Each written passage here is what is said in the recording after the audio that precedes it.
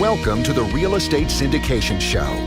Whether you are a seasoned investor or building a new real estate business, this is the show for you. Whitney Sewell talks to top experts in the business.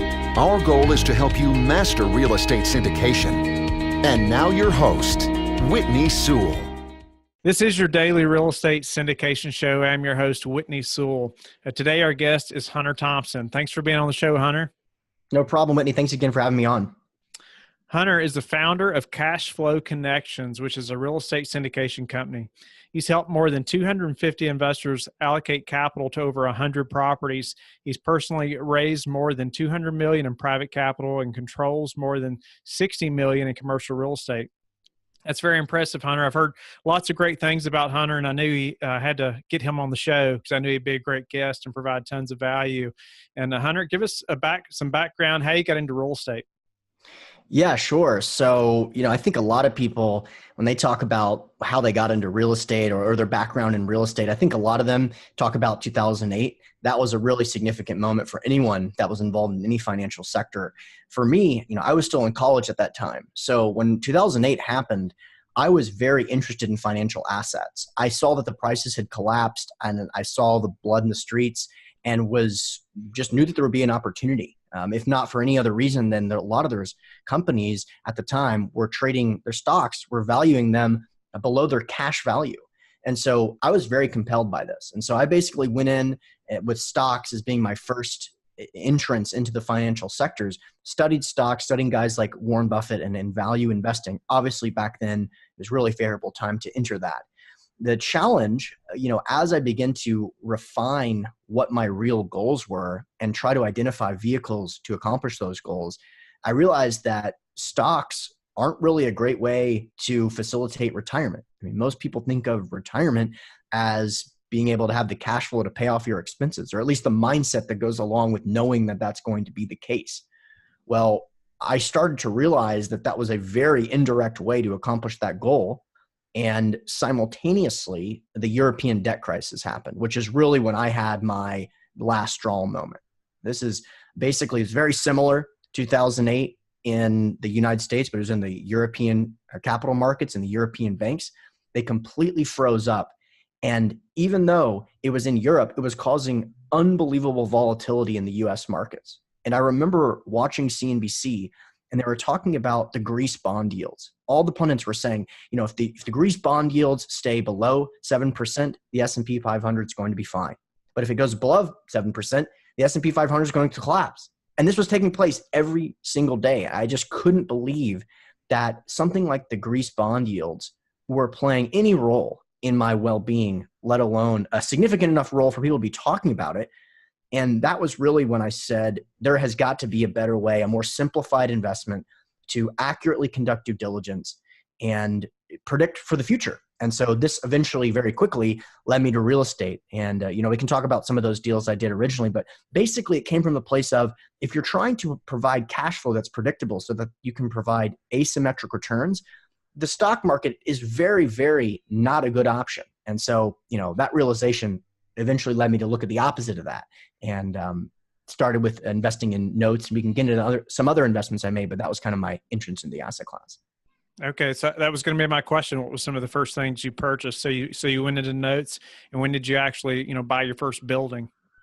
So I was trying to find a way to really allow for asymmetric returns. Oh, geez. That background noise. So I was trying to find for a way to really get some asymmetric returns.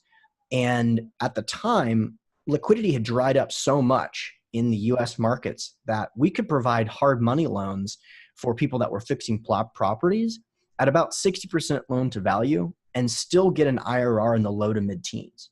Now, that's basically, if there's a property that's in a non-volatile market, let's say Memphis, Tennessee, and you're loaning $60,000 on a property that's worth $100,000, and you're still getting a 13 or 14% interest rate, I'm basically thinking this has got the risk of a bond and the interest rate of a high yielding investment. And so I did those as much as I could until the market corrected and those opportunities aren't really available anymore. But that was, I would do those today if I could. The challenge, though, is that one of the reasons those opportunities went away is that that's a rare opportunity. The 2008 was still in everyone's rearview mirror. But I think generally speaking, the single family asset class, the simplicity or relative simplicity of the investment doesn't allow for there to be a significant enough discrepancy between a mom and pop owner and a best in class owner. And so when I started to put that together, I was introduced into commercial real estate, where you can have highly complex asset classes, which allow there to be multiple line items. And each of those line items can be optimized if you're dealing with someone who's best in class. Now, I don't want to confuse the listeners. I'm looking for simplistic investments that allow someone to conduct due diligence. That's a small family office, for example. But within the real estate paradigm, commercial real estate is kind of the Rolls Royce of all of the investment opportunities out there, in my opinion. And so when you realize that, you can identify best-in-class sponsors, rely on their expertise, and take advantage of their time, energy, and access to capital. And so that quickly became the business model that I modeled my own investment strategy on, and later founded the company Cashflow Connections on. Awesome. So tell me the asset class that you're mostly focused on now, and why. So I have been focused for the last 4 years on the recession-resistant asset classes, most notably mobile home parks and self-storage. The thesis for those is relatively straightforward. A lot of you listeners are probably familiar with the statistic. As of the recording of this, we're in the 111th month of our expansionary period, which is the second longest recovery in history of the United States, at least since the Civil War, which is basically how far the data goes back. So you're looking at that. You're looking at the lack of income growth that's taking place over the last several decades. You're looking at 10,000 baby boomers, many of them entering retirement for the very first time with very little savings. And there's just a lot of negative economic data points. So this really drew me to look at asset classes that are prepared basically to perform in all stages of the economic cycle. So the key is that something like mobile home parks, relatively straightforward. The worse the economy does, the more demand there is for the product. Now, that makes sense with mobile home parks, but with self-storage, I think it's just as compelling, but it's not as obvious. So when it comes to self-storage, people use that product when they're going through some kind of transitional period in their lives. A lot of those can be brought on by recessions. So you think about kids moving home from college, or people downsizing, or people changing jobs. All of them are more common during recessions, and all of them can be really a great way to increase the demand for the product. And so, from a big picture perspective, that's the reason that I was introduced into the self-storage asset class, and self-storage alone accounts for about 30% of my overall portfolio as well. Nice. So you were talking about being recession proof, and the performance doesn't really, it's not affected by the market as much as maybe some other asset classes. Can you elaborate or, go into a little more detail there? Why is it not affected, say, like multifamily? Yeah. So, it's a good question. I think, first of all, the ways in which you can add value, and when I specifically say that, I mean NOI, there's just so many ways to add value that it can really help mitigate those challenges. A lot of people, when they think about adding value to the NOI, the reason they're doing it is they're trying to increase the IRR. Well, when you're late in an economic cycle, it's important to focus on the opposite of that, protecting your equity position.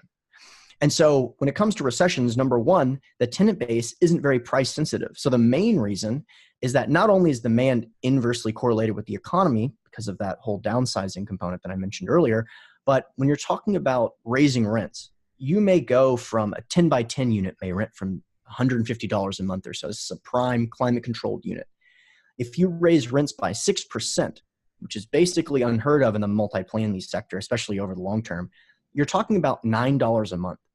So the question really becomes, is the tenant going to take the time off work, hire a rental truck, get movers, move down the street where they're probably going to do the same thing just for that $9 a month?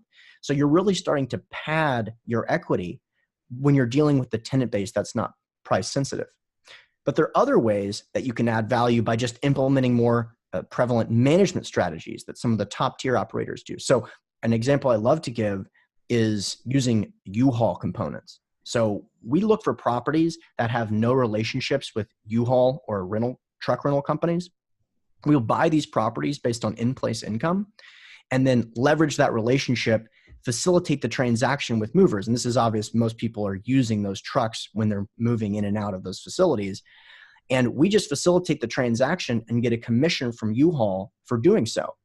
The key here, though, when I said earlier about asymmetric returns, the key here is that we're not incurring a proportional amount of risk to implement that strategy. We're not buying the trucks. We're not maintaining the trucks. We're simply allowing U-Haul to park their trucks on our facility. And so I have personally invested in properties where that one line item has gone from $0 a month to $3,500 a month directly to the bottom line. There's relatively no overhead for doing that. So when you're looking at that on a cap rate basis, you're talking about $600,000, $700,000 of value added to the property. So that's a great way to protect your equity, because in the event that there's a significant correction in the capital markets, that $700,000 of equity is going to come in very handy. So that'll kind of give you some of the insights in terms of why I think it's recession resistant. It's about the complexity of the asset class and that inverse correlation with the demand. Wow. So, and you talked about it a little bit, but any other reasons, or do you prefer, self-storage over, say, multifamily? And yeah, why? sure. You mentioned that, and it's a good question. So one of the things that I would say about multifamily, I personally love multifamily, right? So I've invested in virtually every type of real estate, especially commercial real estate, and love investing in multifamily. Will love to do it again in the future. I sold most of my multifamily in 2015, probably a little bit earlier than I should have, but the opportunity was there. And to answer your question, I don't see the same inverse correlation. Now, there is, the argument can be made that people are less likely to buy houses during a recession, et cetera. But in most of the markets that you're seeing a lot of activity in, there's a really significant cap rate compression that's been taking place. And the argument is that you're going to see a cap rate expansion within that time period. So if you're looking at properties in the Midwest, for example, that are trading at a 5.5 cap, that were trading at an 8 cap only 3 years ago, it's very likely that those same properties are going to hit an 8 cap sometime soon. And you have to be very cautious about the debt you're using if you're looking at multifamily in those asset classes. Not to mention the amount of development that comes online in a lot of these markets, like Texas, which is where most people like to invest in multifamily. Again, it's not something you shouldn't be considering. It's just that those are some of the reasons that drove me to mobile home parks and self-storage. I find those theses very, very compelling and hard to debunk. And while they are just big picture theses, the data is very, very compelling in terms of backing that claim up. So tell, somebody that's listening who's just getting into the syndication business, maybe they're considering self-storage. What are some of the best ways that you've educated yourself about that asset class? Well, first of all, I can link you to an ebook I wrote, which I think probably takes about 40 minutes to read, and it'll give you a really good understanding as why I find it compelling and some of the data that backs up some of the claims I've made earlier. That's cashflowconnections.com/download/ebook. I can also link to that. But generally speaking, there's an amazing amount of content available on podcasts like this. I spent years going to networking events that were basically a waste of my time. It really was the networking that I was getting out of it, not the education. Podcasts like yours allow extremely high-level experts to come on. People don't hold anything back if you're having a one-on-one conversation with them. I'm imagining so much great content coming out from the podcast community over the last couple of years and going forward as well.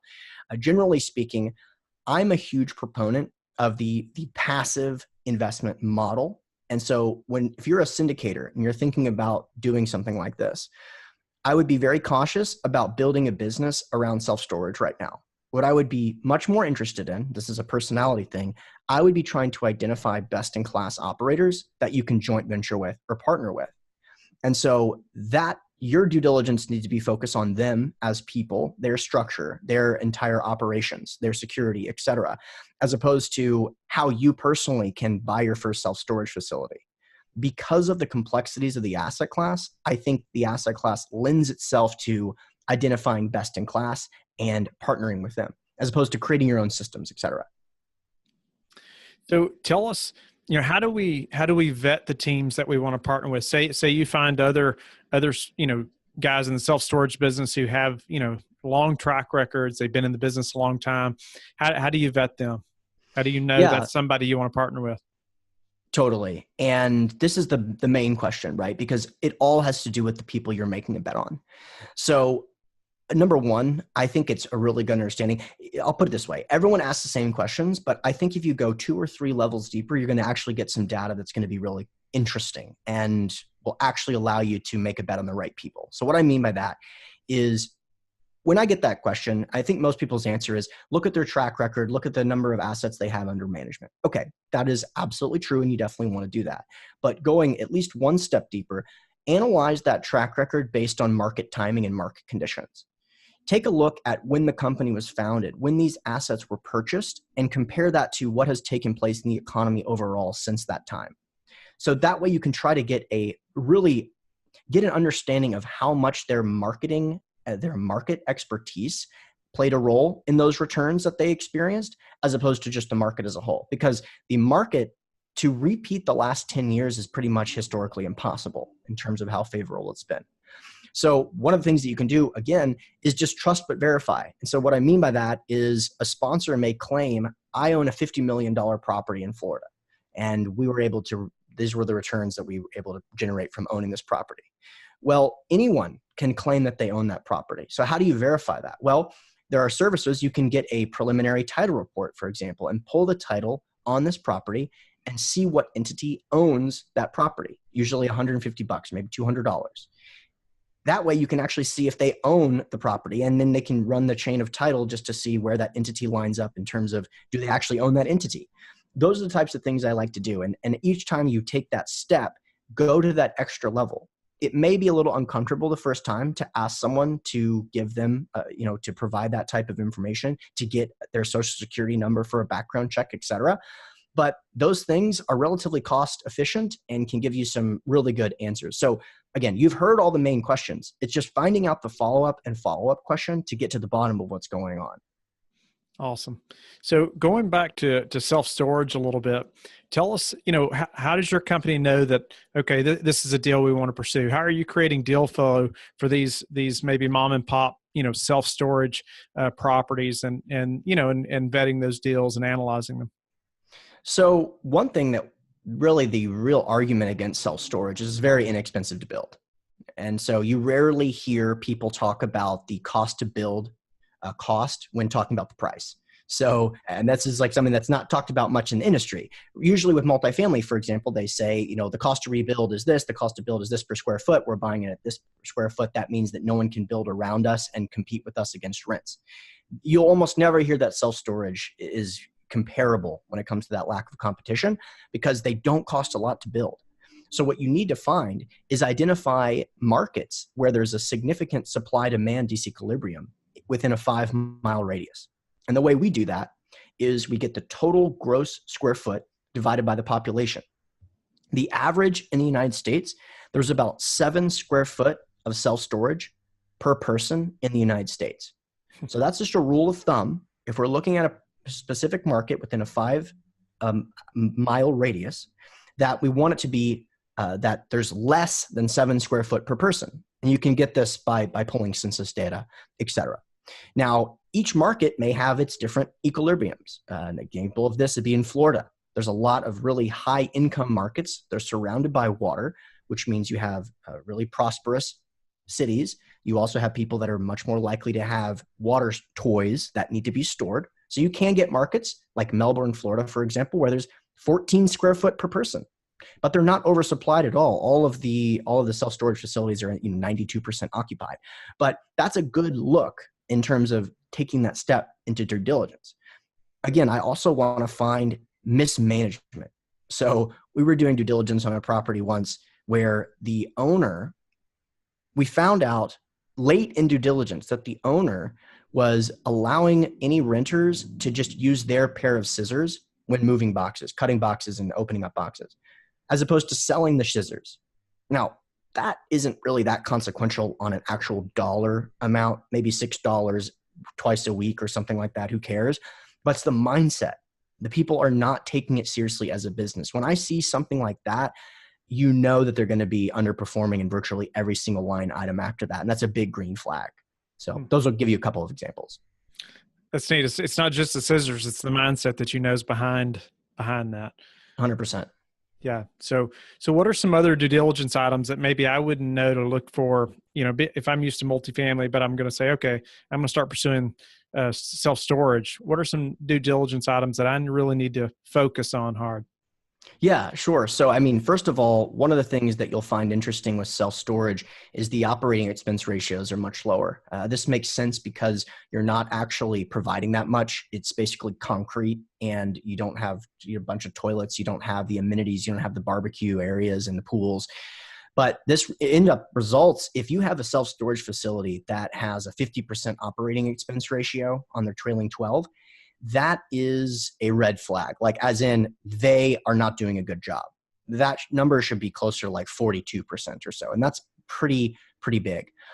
We like to look for properties that are about 50,000 square feet or more. This will give you about 400 units.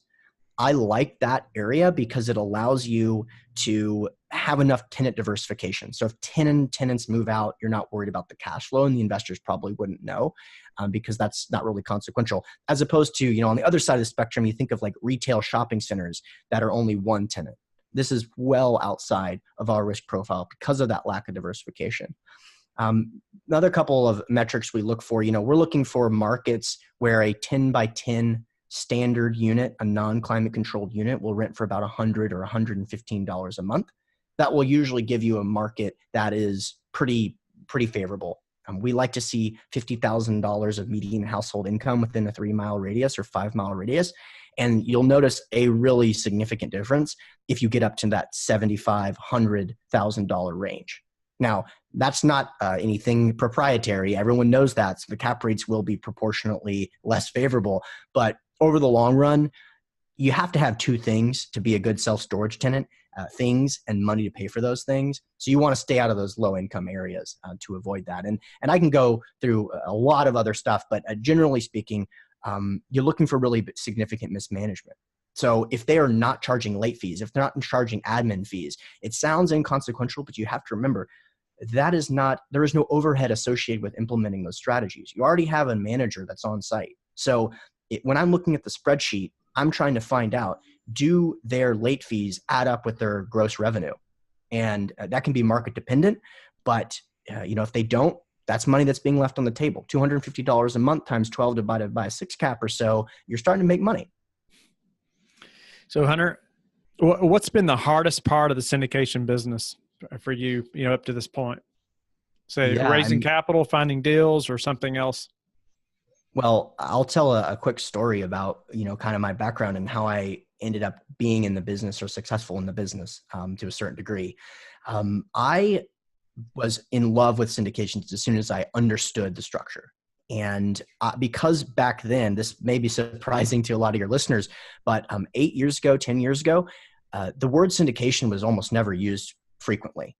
Everyday investors did not know what that term meant, and therefore they did not know that this was an investment vehicle that was commonly used. Some of that has to do with changes in laws, but my point being, when I started the business, I was investing almost exclusively in syndications, but started a business to help people invest in single family. The reason I did this is I figured it would be easy to explain, people would be more interested in it, and it would be less of a hurdle when talking to investors. So when I started my business and started doing networking events, I really did not experience a lot of success. The reason for this was that I wasn't being authentic. I wasn't being myself. I didn't truly believe in the product that I was helping people invest in. Yes, they could have delivered those 7 or 8% returns, but if you're not personally authentic with the investments that you're making, you're not going to be able to passionately and accurately and enthusiastically communicate with investors. As soon as I realized this incredible mistake I was making and shifted and pivoted my business to help people basically mimic my own personal investments, the checks started rolling in. But honestly, going from struggling to get 3 or 4 people to attend a networking event to, being able to, I'm currently a manager of a fund that has $12 million in equity, purchasing about $45 million of properties. There's plenty of years and blood and sweat and hours of work. But I would have never been able to make that change if I didn't realize that it was really about me not being authentic enough. And you can always go one extra step of being honest and being transparent and being authentic. Because if someone sees that you're not being authentic, they're not going to know why that is. They're going to just assume the worst. And so I think that was happening early on. And now that I'm much more aligned with the investors, it feels a lot better, and things have been going a lot more easily. Nice. So what's the top reason you've seen syndicators fail or people not stay in the business?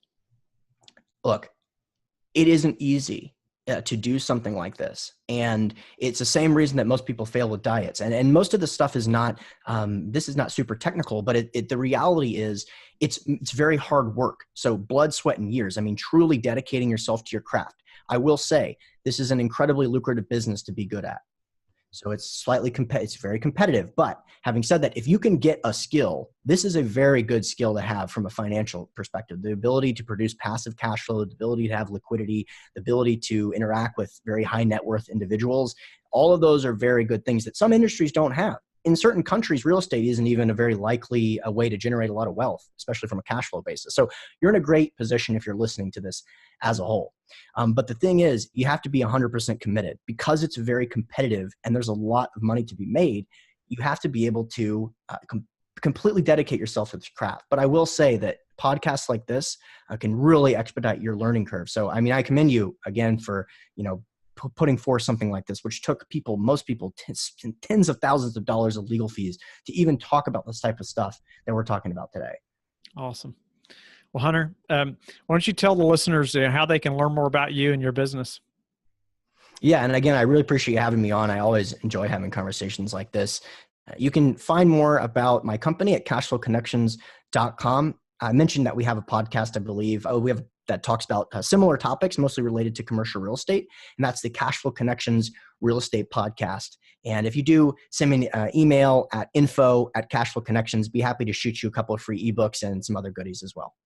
Awesome. Yes, you've been a great guest, Hunter, and I highly recommend his podcast. I've learned a lot from it. He's had some really great guests on his show, and I appreciate the listeners being on today. I hope you'll get on the Facebook group and interact with people like Hunter and ask questions, and so we can all learn this business together. And we will talk to you tomorrow. Thank you for listening to the Real Estate Syndication Show, brought to you by Life Bridge Capital. Life Bridge Capital works with investors nationwide to invest in real estate, while also donating 50% of its profits to assist parents who are committing to adoption. Life Bridge Capital, making a difference, one investor and one child at a time. Connect online at www.lifebridgecapital.com for free material and videos to further your success.